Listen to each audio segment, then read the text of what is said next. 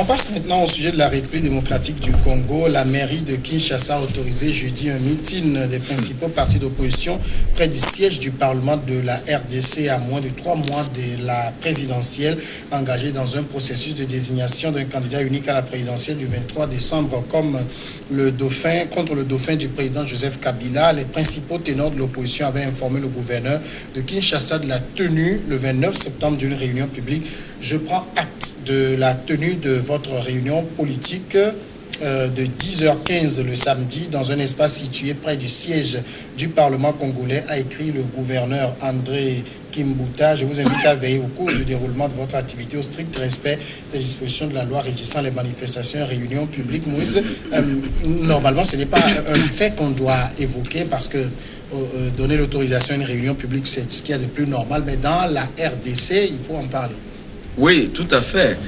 C'est vrai que c'est son devoir de recevoir l'information sur les manifestations et d'y répondre. Maintenant, comme vous le dites, on est en RDC, un pays assez compliqué, et donc c'est une grande première, il faut s'en féliciter. Quand j'ai appris la nouvelle aujourd'hui, je disais à un ami que mais je suis sûr que très bientôt, le ministre de l'administration territoriale du Togo, M. Payadoua Boubessi, va permettre à l'opposition, quand on va lui écrire, pour faire des manifestations comme ça à Kara.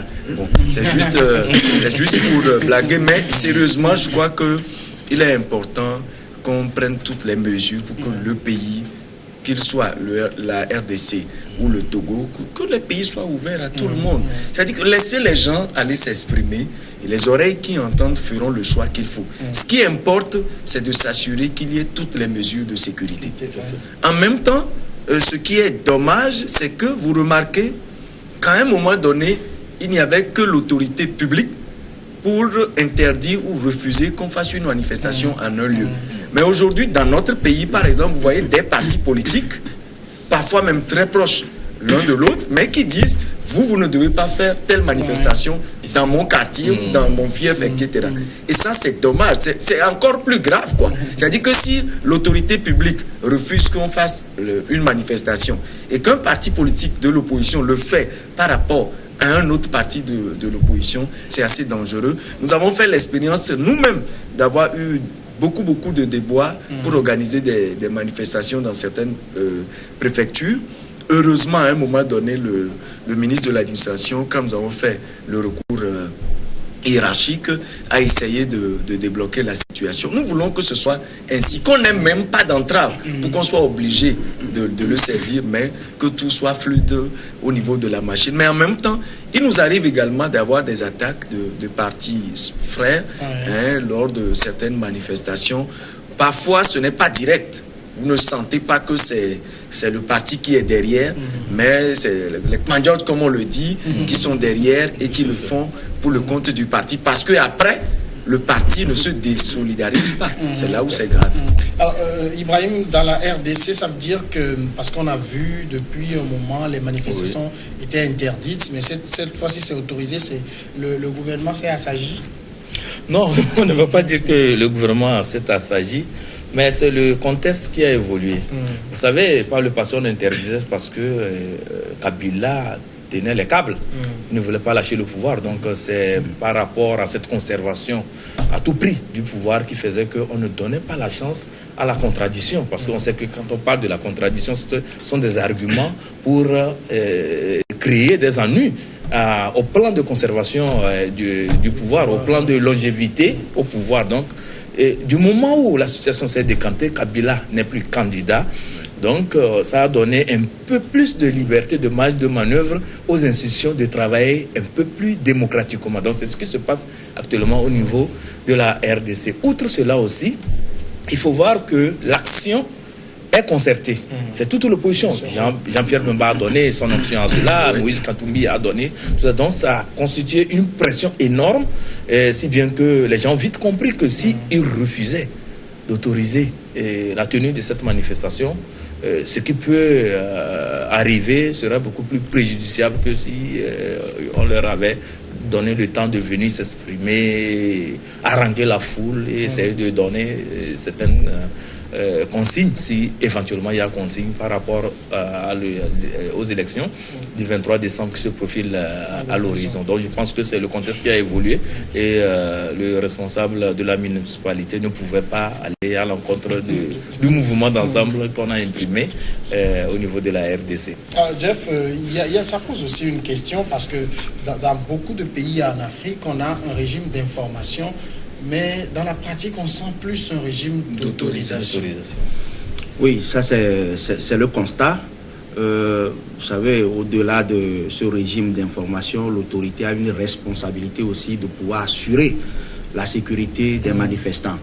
Et au-delà de cette loi, il y a des paragraphes qui précisent que l'autorité peut pouvoir échanger avec les organisateurs sur le lieu ou bien les dispositions itinéraires, etc., etc. C'est là où parfois les deux parties ne s'entendent pas, parce que l'opposition parfois se dit voilà notre objectif et c'est là où nous devons tenir notre meeting. L'autorité aussi dit par rapport à la situation géographique de l'endroit choisi, je pense que l'endroit n'est pas indiqué. C'est là où les voix de discorde souvent amènent les deux parties à ne s'entendre pas. Et là, je pense qu'au-delà de tout cela, que les partis politiques ou bien les regroupements qui veulent organiser des manifestations comprennent aussi quand même que l'autorité a une responsabilité de pouvoir protéger les citoyens qui vont participer à ces meetings ou manifestations. Mais en RDC, je me réjouis parce que le Conseil national des évêques de la RDC aussi, qui a quand même approuvé cette manifestation, qui a quand même donné un accord favorable à la tenue de cette manifestation pour dire au moins ce conseil est rassuré que tout doit se passer normalement, mais il y a des craintes sur l'organisation des élections. Ça veut dire que dans un pays où on veut parler de la démocratie, il faut laisser les gens s'exprimer librement. Et s'exprimer se fait de différentes manières, soit par des manifestations, soit par des meetings. Et là, c'est là où j'interpelle l'autorité qui a une grande responsabilité à pouvoir assurer la sécurité des manifestants. Et du moment où la sécurité des manifestants n'est pas garantie, c'est là où nous assistons parfois à cette dérive, où il y a des désordres qui sont organisés. Il ne faut pas perdre de vue aussi parfois qu'il y a des brebis galeuses qui se trouvent dans les manifestants, qui provoquent les forces de l'ordre qui sont là pour assurer la sécurité, qui amènent parfois à cette dérive. Donc, je pense que... Sur ces brebis galeuses, il y en a qui parlent d'éléments infiltrés, tout cela. Oui, éléments infiltrés, vous savez, quand vous êtes organisateur d'un meeting ou de manifestation, vous avez l'obligation d'avoir votre propre sécurité interne. Et là, ça vous permettra de contrôler les éléments infiltrés. C'est-à-dire, si un parti X organise une manifestation, je dois savoir à peu près ceux qui sont pour cette manifestation et ceux qui sont là pour créer du désordre. Parce que dans une manifestation où vous voyez des gens... C'est pas aussi évident. C'est pas évident. On n'a pas écrit ça sur le front des gens. C'est pas évident, mais on pourra quand même avoir des manières pour pouvoir déceler. Parce que les gymnastiques, les agitations vont vous permettre de savoir si celui-ci est de notre bord ou bien est là pour comprendre le message ou bien là pour créer le désordre. Si vous êtes une force ou bien une sécurité interne de l'organisateur et que des manifestants, on vous pointe de gauche à droite dans les manifestants et que le message est en train d'être livré et quelqu'un là qui envoie des messages contraires, calmement, il faut l'appeler, soit l'apaiser ou bien le retirer de la masse pour pouvoir éviter le désordre. Parce que c'est ça qui provoque parfois les manifestants avec ces gens-là qui sont là avec de très mauvaises idées qui apportent à la dérive. Éléments infiltrés, ça me met mal à l'aise. Parce que quand à chaque fois vous parlez d'éléments infiltrés, ça veut dire que vous-même, votre système interne ne marche pas. Voilà. Et ça, c'est dommage. Parce qu'à un moment donné, il faudra que vous mettiez vous-même la main sur au moins un élément infiltré. Et puis, ce qui est parfois paradoxal, c'est que finalement, ceux qui provoquent, d'accord, si on arrive à mettre la main sur 2, 3, après, vous avez le parti qui dit lui-même que c'est des éléments infiltrés qui réclament la libération de ces personnes-là. C'est tout à fait normal. Moi, je n'ai jamais aimé que quelqu'un soit privé délibérément de sa liberté. Mais parfois, c'est assez paradoxal de dire que telle personne a été bien identifiée comme fauteur de troubles. Mais et qu'on le plaide, on plaide finalement sa cause. Dans tous les cas, moi, ce que je voudrais retenir ou bien dire, c'est qu'il faut pas perdre de vue que la manifestation dégénère plus lorsqu'elle est interdite. Tout à fait. Vous allez remarquer que depuis le 19 août, avec tout ce que nous avons vécu, les manifestations qui ont été autorisées n'ont pas qui ont été acceptées, autorisées. Oui, acceptées, voilà, si on peut le dire ainsi. N'ont pas créé de grabuge en tant que tel. Mais c'est quand, et parfois même je dis qu'il y a certaines manifestations, certaines situations dans lesquelles vous vous demandez, mais attends, pourquoi l'autorité intervient même? Je vais parler par exemple de la dernière fois des gendarmes qui sont allés au niveau de l'ambassade du Ghana par exemple. Pour moi, même si par hasard c'est l'ambassade du Ghana qui a saisi la gendarmerie, il faut qu'officiellement la gendarmerie dise voilà, l'ambassade nous a saisi et c'est pour ça que nous voulons prendre telle mesure. Mais dans tous les cas, moi je pense qu'il ne fallait pas aller là-bas. Et parfois, c'est quand vous faites ça que vous donnez du tonus, de l'ampleur véritablement de la chose. Voilà. Il y a des gens qui sont devenus très populaires dans notre pays simplement parce que le système de sécurité a pris le vilain plaisir de vouloir les maîtriser à un endroit où la personne ne la connaissait, quoi. Donc il faut vraiment éviter. Et ce n'est pas seulement là-bas, c'est juste que sur le campus universitaire et dans plusieurs situations, il faut savoir surveiller les manifestations sérieusement sans pour autant créer des situations qui favorisent la violence. Alors, Ibrahim, dans le cas de la RDC, est-ce que cette réunion va permettre d'accoucher un candidat unique? Je pense que la démarche, c'est quoi? Effectivement, c'est l'objectif. Donc, l'action, la stratégie qu'ils sont en train de mettre en place pour pouvoir réunir toute l'opposition et faire le contrepoids par rapport au dauphin de Kabila.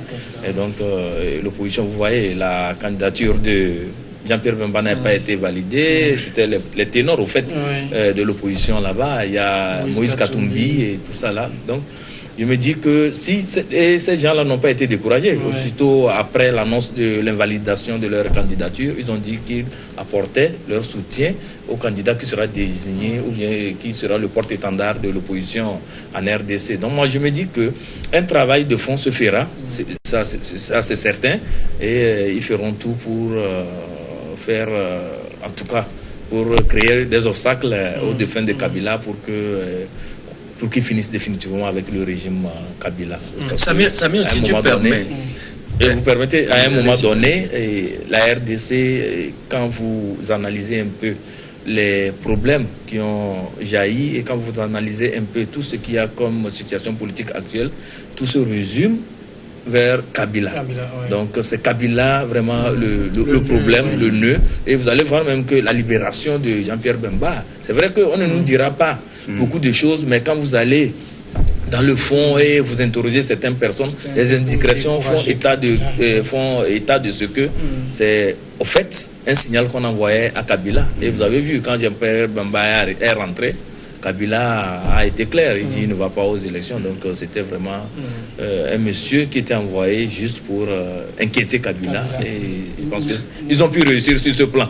Oui, il faudrait se remobiliser au niveau de l'opposition pour atteindre vraiment le but qui est d'effacer définitivement le système Kabila et réinstaurer la démocratie dans ce vaste pays qui regorge des ressources, mais quand on parle de pauvreté aujourd'hui, vraiment c'est un terreau de la pauvreté. Voilà.